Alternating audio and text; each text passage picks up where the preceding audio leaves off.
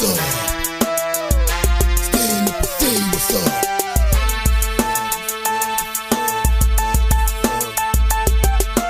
People over there, what's up? Stand up and say what's up. What's up? What's up? What's up? What's up? What's up? You can get with this, or you can get with that. You better get with this, cause this where it's at. What's up? What's up? What's up? What's up? I be skipping and jumping, I be leaving the competition, making them disappear like a favorite magician. I run the till the wheels fall off, and I bounce it back to back till the next gets off. Most of the time you see me, I'm just being simple. Give me the time, I be busting like a pimple. Stating my game. Triple H, at this point, you ain't never beaten these allegations, bro, so we might as well address it.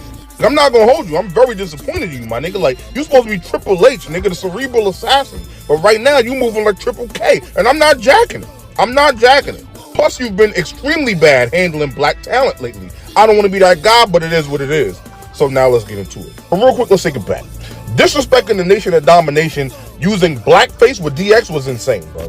You know you was bugging the fuck out. Beating Booker T at WrestleMania 19, knowing goddamn well you should have fucking lost that shit, bro. The whole angle was racist, bro. Booker T didn't have no type of W in that promo, in that feud, none of that shit, and you still fucking won, and in a super disrespectful way. You pedigreed this motherfucker, and you took 22 seconds to crawl your stupid ass over there and pin Booker T, bro. How disrespectful is that, bro? You couldn't put him over? That's crazy.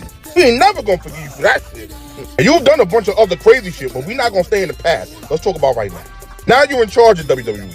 And I ain't gonna hold you, shit been kind of crazy lately. It's giving me racist vibes. Ain't no Martin Luther King vignettes on Martin Luther King Day. No Black History Month vignettes on Black History Month. Come the fuck on, Trips. Even Vince McMahon managed to do that shit every fucking year, bro. It's no excuse. You have Bianca Belair, Jade Cargill, and Naomi in a slow-ass feud that should be picking the fuck up more. It should have more eyes on their ass, but you over here just bullshit. Omos has not been seen in over a fucking year on TV, which is bullshit. This man is just sitting in the back or sitting at home just waiting to be called because y'all ain't got shit for him. The motherfucker's 7'3", over 400 pounds. Let him be a monster. This motherfucker's like a black version of a muscular Big Show. What the fuck? The New Day are presented like shit. I'm not even gonna hold you. They're heels, but they're not even fucking credible anymore. At this point, you got them doing stupid shit, saying corny ass lines. They won the fucking tag titles, but it doesn't even fucking matter because they're not being pushed to look like a credible heel tag team like they're a threat. It legit feels like their heel turn was for fucking nothing, just for a little cheap pop. Oh shit, they disrespected Big E. Boom, done. Now we don't care. What the fuck? And don't get me started on the fucking Street Profits. They are a great fucking tag team. Angelo Dawkins has been getting better and fucking better every time I see this man on fucking TV. Montez Ford has the charisma of a fucking young rock if you look at it.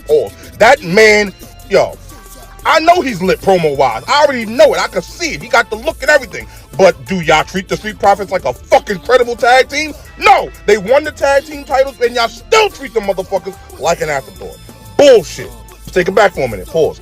Bobby Lashley, the Hurt Business. Did y'all treat Bobby Lashley like a superstar that he is? No. He's just a fucking credible opponent for Brock Lesnar or whoever the fuck y'all want him to be steamrolled by. Bullshit. The Hurt Business could have went against the Bloodline. They could have been treated like a credible, strong faction. But did y'all give them any kind of credibility? Did y'all help them? Did you do anything? No. You let them go, just sit pushed on to the side like nobody because we all worry about the Bloodline. Don't get me wrong, the Bloodline storyline was super interesting, but the fucking Hurt Business deserves some credibility. They deserve some TV time. They deserve to be pushed to the fucking moon at that time. And what did you do? Waste them, squander them. You released Jakara Jackson, breaking up the metaphor with a bunch of other motherfucking black wrestlers that you let go on NXT. Bullshit. Then you had the nerve to release R-Truth. This man is moving like he's in his mid-20s. This man is over 50. There's no reason to even let him go. The veteran presence, the knowledge, all of that. Y'all could have kept them in the back, did a Legends deal, whatever the fuck. But you won't release it. Bullshit. And let's not forget what you did to Carlito. I know he's not black, he's Latin, but still, he's a man of color. You released him too. You treated this motherfucker like a fucking comedy sideshow when he could have been out there fighting for the Intercontinental or the United States Championship. Come on, bro. Then you say some dumb shit. Oh, I'm releasing old talent to get new talent. The niggas you signed are in their fucking thoughts. Saying Triple H is a racist. but you're the one who reportedly made the call to release R-Truth and Carlito? Ever since you've been in charge, there's been a lack of black champions in the WWE. There's no excuse for releasing this guy when you don't need a storyline for him. All you have to do is just give Truth a microphone and tell him to go entertain the fans, and 10 times out of 10, he's gonna knock it out the park. Let's also look what Triple H did with Bobby Lashley. Nothing. When Satan himself, Vince McMahon, was in charge, at least Bobby Lashley was a WWE champion. At least Bobby Lashley was in the main event picture. Hell, he even had Bobby Lashley beat Brock Lesnar not once, but twice. When he became head of creative, Bobby Lashley was reduced to a mid-carder, a low mid-carder. Across from the most powerful man in WWE was former champion Bobby Lashley. Bobby lingered somewhere in the middle of the room. Thank you for coming. He gave no reaction to the gesture, just stared Paul down like he could see straight into his soul. I need to apologize to you. You flew me 2,000 miles across the country to apologize? Yes, I think we left off on bad terms. No, I resigned. Turns out selling your soul doesn't pay as well as you thought. Paul chose to ignore Bobby's backhanded jab. They say a man with a guilty conscience starts running long before anyone chases him. I see where you're getting at. Look, in my day, I buried talent. I was a rising star on the way up. What was I supposed to do? Do the right thing. Paul, you are a coward that hides behind silence when courage demands a voice. Paul grew annoyed, rattled by Bobby's newfound confidence. What is it really, Paul? Why do you need me to accept your apology? Could the rumors be true? I'm not a racist, Bobby. A few months ago, you paraded out a known racist on national television to chuck some beer. A slap in the face to every black wrestler in your company. Look, I think Hulk Hogan has paid his debt to society. How? By shoving his desperate nostalgia act in our faces like it's 1985? You sound angry. That's your go-to when confidence looks too much like confrontation. I don't see color. And that there is your problem. If you don't see color, Paul, you don't see me. Well, our development brand has 3 rising black stars, one being the champion. I thought you didn't see color. Besides, you don't get a pass for building a show on their black backs. There's no logical sense in the world to have this guy face John Cena just a few short weeks ago for the WWE title, and now all of a sudden he's out of a job. He's no longer with the company. And your excuse is, well, it's a budget thing, it's a cost-cutting measure. But you're paying part-timers $15-20 million to show up half the year and cut these half-ass promos. You got no problem paying Logan Paul $10 million to show up half the year, yet Logan Paul hasn't paid none of his dues in the WWE. You got no problem paying a guy like Roman Reigns, who's worth it, $15-20 million a year to show up half the year. But you rely on other superstars who are there on a full-time basis to carry storylines with him when he's not there. I had no problem paying Brock Lesnar $20 to $25 million a year to show up half the year and relied on other superstars to carry storylines with them when they were there on a full-time basis. And if it's true that this is just cost-cutting measures, he's gonna be next. Cause The Miz is making some good money with WWE. He's probably like their 3rd or 4th longest tenured guy. I also worry for Sheamus, worry for Biggie Langston, I worry for guys like Xavier Woods, hell even Kofi Kingston. I worry for guys like Drew McIntyre, cause they ain't been doing shit with them for the last year, 2 years. Going back to the whole race thing, cause I'm not trying to race bait here at all. But look at your current world champions on the roster. Your only real black champions are in the tag team division, with the Street Profits and the heel New Day. No other champion that's on the main WWE roster is holding a solo single championship.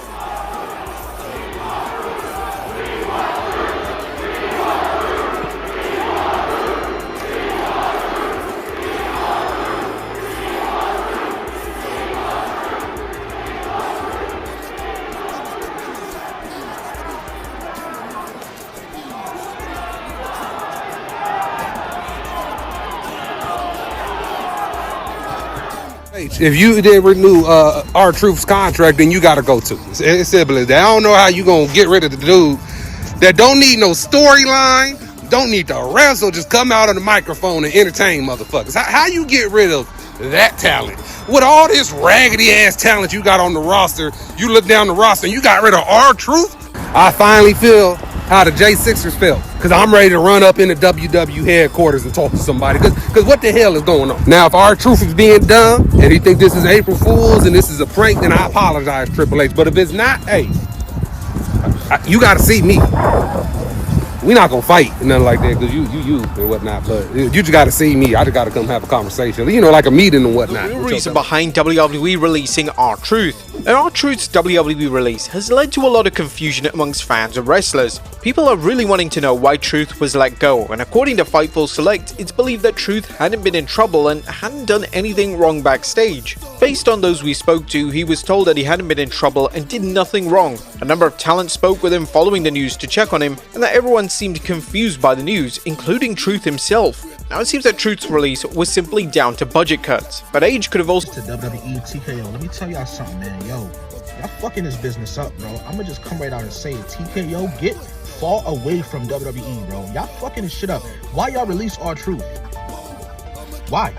Like, what's the reason for that? Why y'all release him, bro? Y'all know each and every week we have a great laugh because of R-Truth, bro. Who the fuck we gonna laugh at now? The Miz? I don't want to laugh at The Miz, although he is funny. R-Truth is just better, bro. He provides that lighthearted environment. I'm pretty sure for everybody in the locker room, for us fans, staff, and y'all just gonna release him? Like, bro, I don't get it. Like, the math ain't mathing, bro. 1 + 1 is not equaling 2. 2 + 2 is not equaling 4. I don't know what's going on, bro. And if y'all try to save up y'all salary for all of these new other wrestlers because y'all invested in other bullshit, then that's bullshit, bro. R-Truth should be back in the WWE, bro. Y'all brought him back in 2023.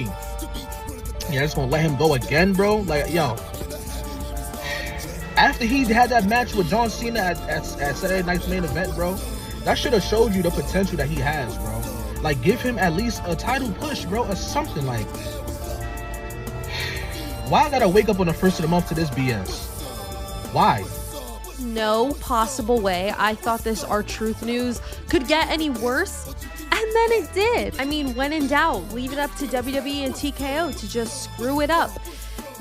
I woke up to this tweet, and it says WWE has removed the R-Truth Ron Cena t-shirt from their shop website following his announcement of departure. For those who don't know, that was the mock t-shirt he made for John Cena for their match last weekend at Saturday Night's Main Event, mind you. And this is what really ticks me off. It says, it has been one of the top selling t-shirts on the site since last week. If you saw the video I posted yesterday, it was the Carlito one. I went off on a rant talking about how I truly believe that TKO and WWE are money. Universe is already reeling from R-Truth's unexpected exit, but what went down on the June 2nd episode of Monday Night Raw only poured gasoline on the fire. During a behind-the-scenes Q&A, Insider WrestleVotes dropped a bombshell. While WWE often lets superstars pay subtle tribute to injured or departed colleagues by wearing their merch, R-Truth was apparently blacklisted from that tradition. Yes, even as Dominic Mysterio rocked a Carlito shirt on Raw, not a single R-Truth tee was seen on screen, and that wasn't by accident. Superstars have slipped in tribute shirts before, the report said, but this time, WWE shut it down. No R-Truth gear was allowed backstage or on air. That move didn't sit right with fans, especially after R-Truth's emotional farewell. Raw's live crowd erupted in "We Want Truth" chants, and the love carried over into NXT the next night. The message was loud and clear. The WWE Universe isn't ready to say goodbye to one of its most beloved performers. To make matters worse, WWE quietly yanked the wildly popular Ron Cena shirt, one of R-Truth's top-selling items, from its online store with zero explanation. No warning, no tribute, just gone. And fans? They're not having it. Social media exploded with questions and fury. Why is WWE erasing a superstar who's given them nothing but laughs, loyalty, and longevity? Why silence tributes from the locker room? The move comes off as cold and out of touch, especially when fans are begging for closure and respect. For over 2 decades, R-Truth has been a cornerstone of comedy, charisma, and championship moments. Yet now, instead of honoring that legacy, WWE seems to be sweeping it under the rug. and the backlash is only growing louder. So we ask you, what's really going on behind the curtain? And more importantly, how do you feel about WWE shutting down support for R-Truth really is leaving the WWE. Fightful literally confirmed that R-Truth is going to be leaving upon his contract expiring. From what I've gathered, that means that they're not renewing his contract. They're technically, if we're going technically, not releasing him. They're just not renewing his contract, right? Someone needs to explain this to me like I'm 5 years old, because none of this is making any sense. I've been on meet and greet lines before. This man had a line that wrapped around Walmart. Yes, people went to Walmart and the line wrapped all the way around Walmart, went all the way through the Walmart store just to meet this guy. We're not talking about just like, oh, we spent 2 hours on the line just to meet him and there was another hour of people behind us. I stood on the merch line for over an hour just so I can get this Ron Cena shirt, right? It has nothing to do with anybody but that man on the middle of the shirt right here. As a business move, I'm trying to understand how the most arguably entertaining guy on your 3-hour show and you're not picking up his contract, like something's like not processing in my head, and if like anybody can explain why, I would really. Then I tell you, 2025 is gonna be a whole different year, and it's gonna be a whole different year of exposure. Because right now, the women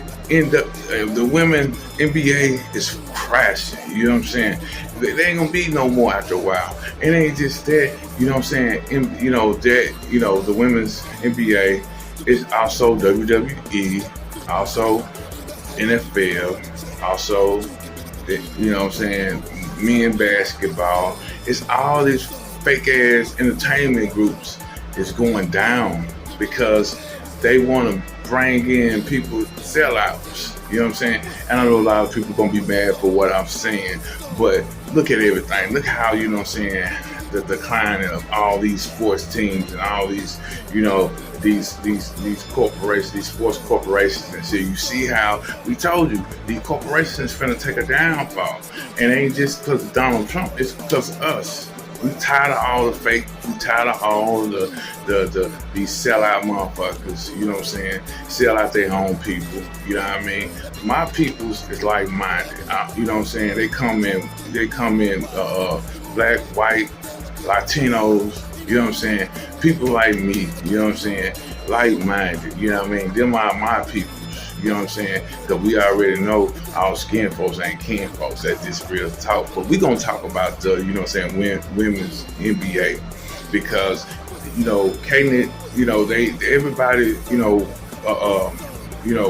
on Kate's side and against Angel Reese, because we know, like I said, they've been these Democrats and all these people backing up these lame characters, the ones that is so toxic and changing our women into, sluts buckets, because they're not, it's been exposed. People seeing this stuff. People seeing these people as being evil, and they are. And people now is seeing the light, seeing, the genuine in some people, and seeing the disingenuous that's going on in this industry. And I told you years ago, we didn't start the chitlin circuit, because this industry is not where anybody needs to be.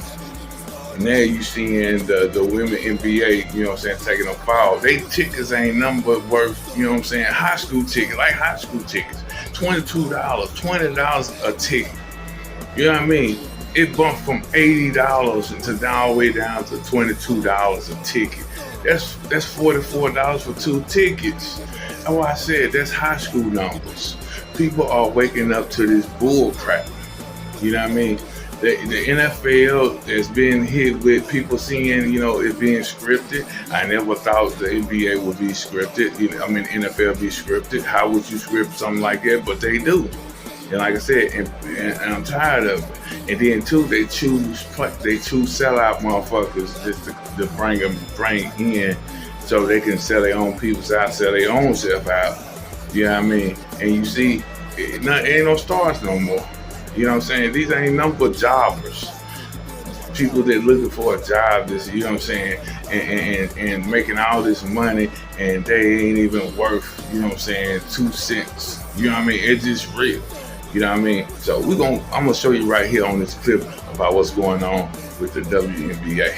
And I'll be back. NBA's biggest star, Caitlin Clark, is being targeted, and the refs are turning their backs. She's hit, shoved, fouled, game after game, and the league does nothing. Clark isn't just a player, she's the reason fans flood arenas and break TV records. But now, sidelined with a quad injury after non-stop abuse, the shocking truth is out. Refs are controlled by hidden powers deciding how rough the game gets. The league's golden goose is being crushed by the very system meant to protect her. If the WNBA doesn't act, it could lose its future. Protect Caitlin Clark. Stand up. Many WNBA fans are calling out the referee problem. The referees literally turned their back. Caitlin Clark appears to be hunted every game. She deals with physicality that no other player in the league is dealing with. The WNBA not stepping in to protect their cash cow, their only draw, their only star, and this is the end result. They promised she'd revolutionize the league.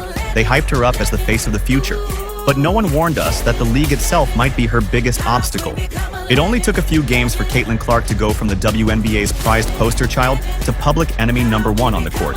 It's shocking. Caitlin Clark will be sidelined for at least 2 weeks with a quad injury. Footage has emerged how Caitlin Clark got hurt. Fouls her for the 4th time. It's cheating. Caitlin Clark is the driving force behind the interest in the Fever and the interest in the WNBA. Rookie Caitlin Clark was subject to several intentional fouls. And not just from rival teams. This wasn't your average rookie growing pains scenario. What unfolded looked a lot more deliberate and a lot more dangerous. After every single game, WNBA players, fans, coaches are all complaining about the referees, and they have shown that they're not going to change anything because the referees continue to be horrible. Game after game, Caitlin took hits, was shoved to the ground, and had to play through a sea of missed whistles. And the people who were supposed to ensure fairness, the refs, they stood by like extras in a bad drama. What started as the occasional oversight quickly spiraled into an epidemic of no calls, letting blatant fouls fly while Clark hit the deck. Comment, protect CC down below to show your support. Felines head coach Stephanie White. She was complaining about her team not getting a whistle, not being respected. Then came the moment no one wanted. Caitlin sidelined with a quad injury. And suddenly, fans started replaying every ignored foul, every body check that went unchecked, every glance she gave to the officials begging for a whistle that never came. She will be out for 2 weeks minimum following a quad strain. Caitlin Clark and Sophie Cunningham going to the officials and trying to, ask for an explanation of what had just occurred. That official completely stonewalled them. It stopped looking like bad luck. It started looking intentional. And just when the conversation reached a fever pitch, boom, new reports began to peel back the curtain on just how broken this officiating system really is. This is a WNBA problem, and as more and more eyeballs are watching this league, it becomes growingly an issue. The officiating feels you never have a true grasp on what it's going to be. Turns out, a chunk of the league's referees were pulled from, you guessed it, high school leagues. And they're not even calling games based on their own judgment. No. The league relies on a behind-the-scenes brain trust of GMs, coaches, and stakeholders telling officials how physical they want games to be. The referees are not listening to them. They're not listening to the coaches. They're not listening to the players. They're not listening to the fans. They're listening to their stakeholders. That's why I keep saying nothing is going to change till the mindset and whoever's running all of this, the stakeholders, governance, whoever these people are. And Caitlin Clark? She's caught smack in the middle of this chaos. Fever ticket prices are plummeting. Since Caitlin Clark's injury and minimum 2-week absence were announced on Monday, fans are second-guessing how much they're willing to pay to go to a game. Even the get-in price to the Fever's said rivalry game dropped from $86 to $25. It's also worth noting these 2 road games were expected to be huge, so they were moved to bigger arenas. In fact, the NBA's largest arena in United Center. According to TickPick, the average purchase price for the 5 games until Caitlin is expected to return is down down almost $60. The 5 remaining road games in June following Caitlyn's expected return still have a get-in price that exceeds $100. This includes the first matchup between Caitlyn and Paige Beckers on June 27th. What do you guys think Caitlyn Clark's absence will reveal about the WNBA? Game is now at the United Center, the biggest NBA arena, not the Sky's usual home court. The impact of Caitlyn Clark's injury is already evident. Ticket prices for the Indiana Fever's next road games have dropped drastically. Just 2 days ago, tickets were $41, but now you can get into tomorrow's game for just $22.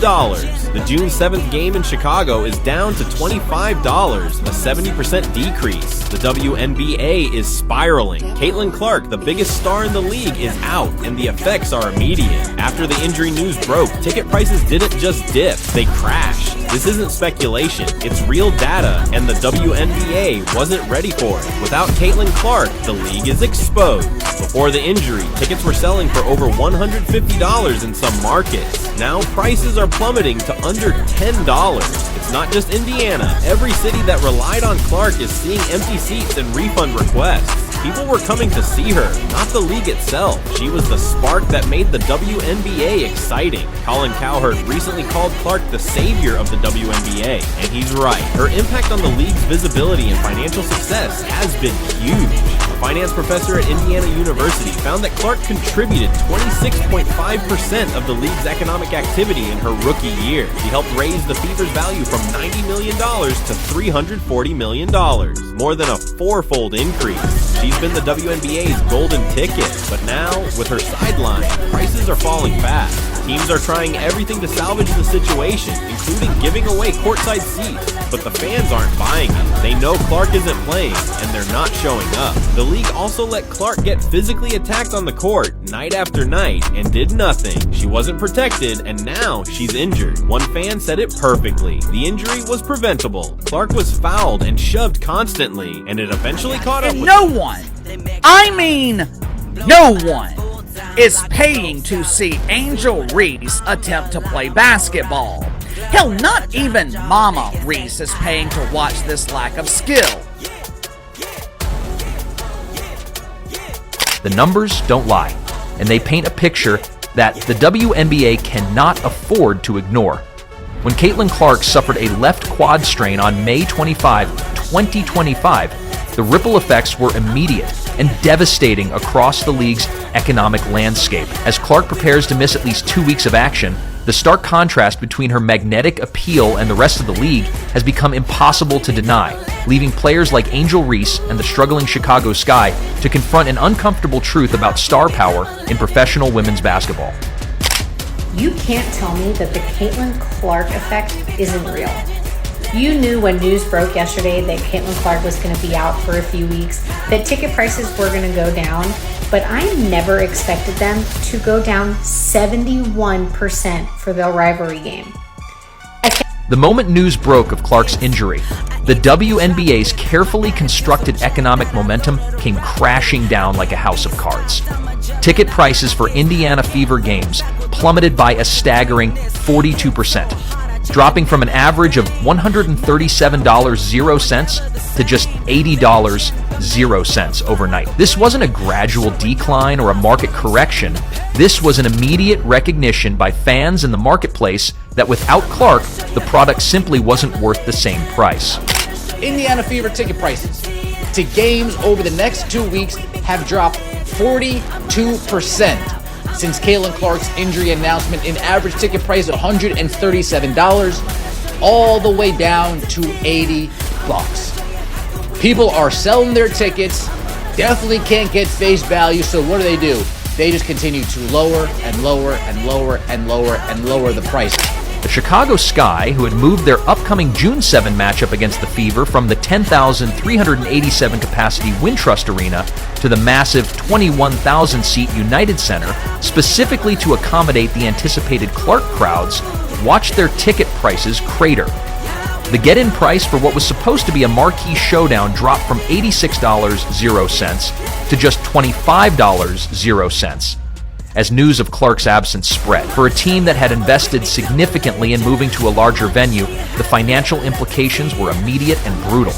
game to the United Center, the home of the Chicago Bulls, and the largest arena in the NBA, expecting a marquee matchup between Clark and Sky Forward Angel Reese. Now here's where it gets sweet, alright? It gets real interesting right here.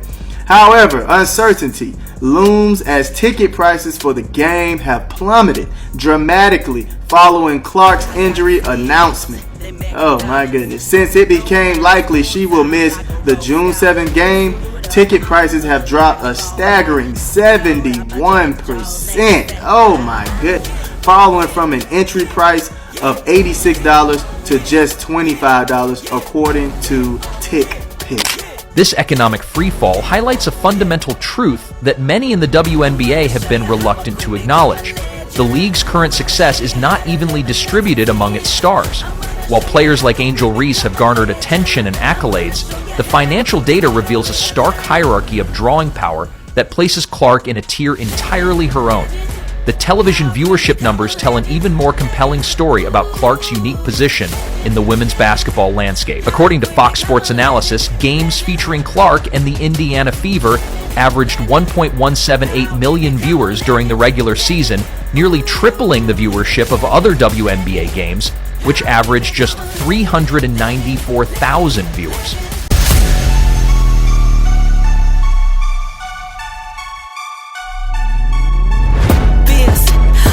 To be traveled with my attitude so jacked that I loaded a rapper with it. I can't be stopped, I'm a juggernaut anarchist. I can't look backward, looking forward to greatness. Hit so hard, I changed the name of the game. Nothing come close, no one. The refs are healthy. Well, they're saying that they're cheating. They had that last week. I watched it. Really beautiful tackle. Shout out to Taylor Swift right there, who was a part of the entirety of it all. Today, if you hit too hard, right? If you hit too hard, 15 yards, throw him out of the game. They're saying that the NFL wants Taylor Swift in another Super Bowl, and Travis Kelce, Patrick Mahomes, the little golden child of the NFL, to win every single game. Boom, 15 yards. The referee gets on television. His wife is saying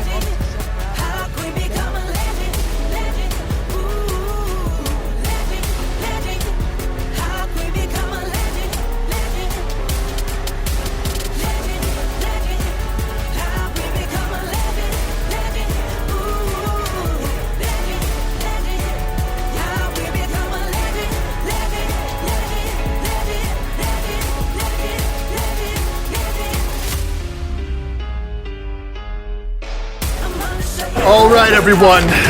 Last season was a smash. Ratings gold, but this year's script has to top it. So welcome to the table read for the 104th season of the NFL. Let's get to work. Yes, Jalen. I thought this was the dress rehearsal. Oh, sorry. Week 1, 4th quarter, 3:02 left. Jamar leaps up and makes a no-handed catch. No hands. How? I don't need hands. I'll just catch you with my abs. We can call it the abracadabra. Might as well send the ball to Canton now. What if we wrote the Mahomes character out of the script entirely? Wrote him over. Guys, not cool. Who said that? She did. You're an actor, Patrick. Act like one. Boring. What if we played shirts versus skins? I like it, Kirko. What if we replace my legs with actual wheels? I love it. What if Derrick Henry stiff arms a guy into another? It'd be possible for us to get to page 2.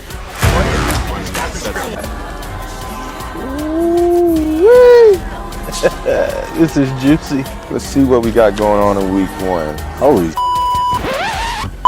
I gotta see how many yards Justin Jefferson had. He had. This is crazy. in one game? Sheesh. No way broke the receiving yard record. Got to do that. Threw for how many yards? Holy they back in the playoff? Good for them. Let's see what's going on in the NFL honors. I was hoping y'all right in the end. Y'all got winning Defensive Player of the Year. You still taking suggestions for Offensive Player of the Year because I may know a guy. I like to skip to the end. This year's Super Bowl champions. Super Bowl champions. I can work with that. Y'all gonna like this. You really can't make this stuff up. I decided to ask players what was their script they got when they were drafted. My script was that they told me that I was gonna tear my ACL my rookie year, and I was actually kind of mad when I saw that, you know? Like, I read my script, and it said, listen, you're going to tear your ACL the last regular season game.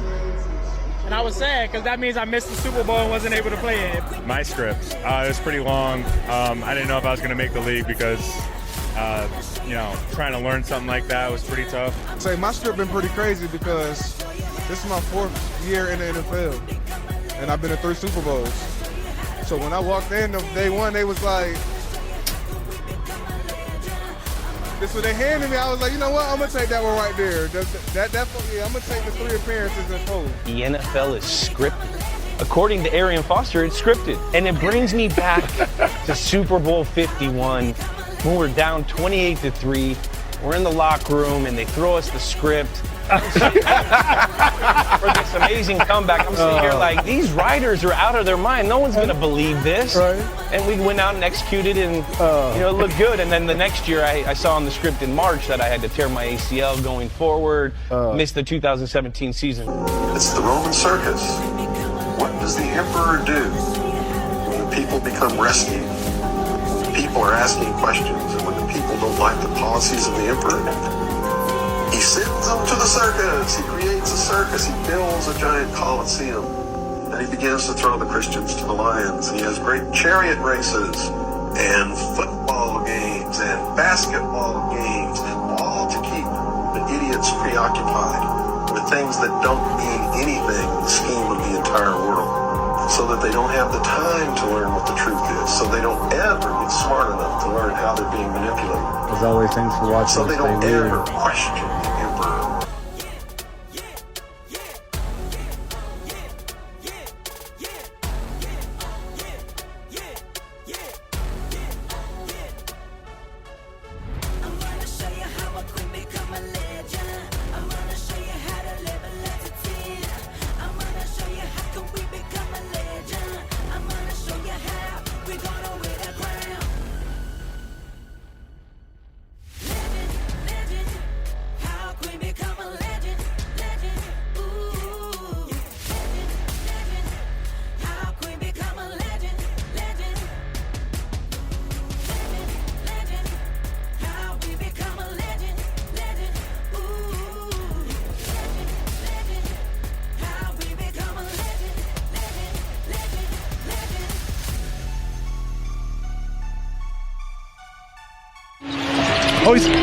And here is Jones up ahead. He's leaked up. Shut it down. Let's go. 3 seconds of 3. No good. And it's all over. Dallas wins it. Best players have. Sometimes. Well, the one thing left to determine is, will Luka have a 40-point game? He will. 41, huh? 41 tonight. A quiet 41. Let's speak it into existence. There it is. 41. That is the way. That was right in the script. Jaylen Brown back in, lost him out. Tatum in so much pain. And the Celtics call timeout, grabbing that right ankle. And that's the final timeout for the Boston Celtics, but more importantly, Tatum really shaken up. That last sequence, Richard. Well, it's very difficult. You never presume anything, but that step forward, that false step forward, and he goes down immediately. We don't know what it is, but when you see a player in this position, you know, we thought, because we didn't see the play because we were looking at OG. Was it a rolled ankle? Was it a tweak of something? We're not sure. Oh, your ring's real? No. Oh. So it was scripted. You knew you was getting it. Of course, all day, every day. So y'all knew you was getting them there. You did. It was scripted. True story. And I never told the story. In the first round, my first championship, in the first round, I forget who we're playing. I hear Phil Jackson tell Gary Vitti, hey, get us some hotels in Indiana, because that's where we're going to play in the finals. This was like before game one in the finals, and like it didn't hit me until we got to Indiana. Or maybe he just knew that they were the best team in the East. I don't know. I'm just telling you what I heard the man say. We haven't even played one game yet. They were back to me. He's like, yeah, get us some, hotel rooms in Indiana. I don't want to stay in Indiana. I want to stay on the, outside of Indiana. Are you happy they cast you in the role of Shaquille O'Neal? Yes, I'm very, very happy. And I'm glad we beat Reggie Miller. Look at the halftime score, you guys. 67-46. That's 113 points, right? Again, we call the NBA the 113 league because in Gematria, the National Basketball Association equals 113. And today's Boston's potential closeout game on June 17th, 617. Boston's the 617 area code. 617 is the 113th prime number. Remember, there's only 2 teams in the NBA that have a 113 connection, Dallas and the Utah Jazz. So Boston's playing the Dallas team. And again, just before the half-court buzzer beater, the score was 64-46. The Celtics were up 18 en route to their 18th championship. But hitting that buzzer beater 3 from half-court like they're the Globetrotters, again, gave them the magic 113. And don't forget, in Gematria, Celtics equals 46. Celtics came into this series 46-40 versus the Mavs all time. And don't forget, Joe Biden's Secret Service name is Celtic. And John Havlicek died the day he announced he was running for president. We're also talking about how Pistol Pete died 46 days after Biden's birthday while Biden was in his 46th year of life, in light of how Pistol Pete's son died during these finals. And for years, he'd been talking about the Celtics and number 46, Joe Biden. But yeah, what a script. Technology to ensure the outcomes. Until next time, Truce.